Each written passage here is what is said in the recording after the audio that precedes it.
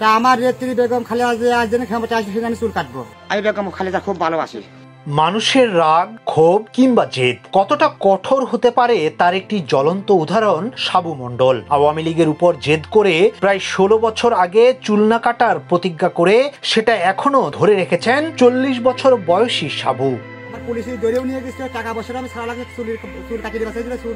পেশায় কাঠমিস্ত্রি সাবু মণ্ডল রাজবাড়ীর কালুখালী উপজেলার দয়রামপুর গ্রামের তালেব মণ্ডলের ছেলে। বাংলাদেশ জাতীয়তাবাদী দল বিএনপির এক নিষ্ঠ কর্মী তিনি। 2008 সালে নবম জাতীয় সংসদ নির্বাচনে আওয়ামী লীগের কাছে বিএনপির পরাজয়ের পর সাবুর উপর অত্যাচার নির্যাতন চালায় স্থানীয় আওয়ামী লীগের নেতাকর্মীরা। 2008 সালে নির্বাচন হয়, তখন আমি ভোট দিয়ে আসার পরে আমাকে খুব নির্যাতন করে। সেই থেকে তিনি পণ করেন যতদিন আওয়ামী লীগ সরকারের পতন না হবে এবং বিএনপি রাষ্ট্র ক্ষমতায় না আসবে ততদিন পর্যন্ত চুল কাটবেন না তিনি।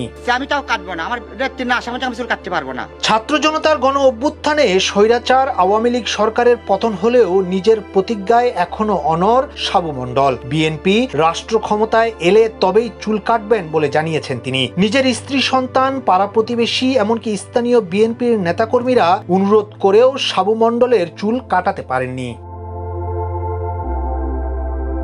প্রতিবেশীরা বলছেন সাবুর মতো এমন দল পাগল মানুষ তারা আর কোথাও দেখেননি। তার উপর চলা আওয়ামী লীগের নেতাকর্মীদের জুলুম অত্যাচারের কারণেই তিনি চুল না কাটার প্রতিজ্ঞা করেছেন। অনেক মানুষ বলার পরও নিজের সিদ্ধান্তে অটল আছেন সাবু। সাবু মণ্ডলের আশা সামনে জাতীয় নির্বাচনে বিএনপি ক্ষমতায় আসবে। তারেক রহমান বীরের বেশে ফিরবেন স্বদেশের মাটিতে। বিএনপি সরকার গঠন করার পরই দীর্ঘদিনের প্রতিজ্ঞা ভাঙবেন সাবু। এছাড়া তিনি মরে গেলেও কাটবেন না মাথার চুল। ইয়াসিন আলী, সোনালী নিউজ, ঢাকা।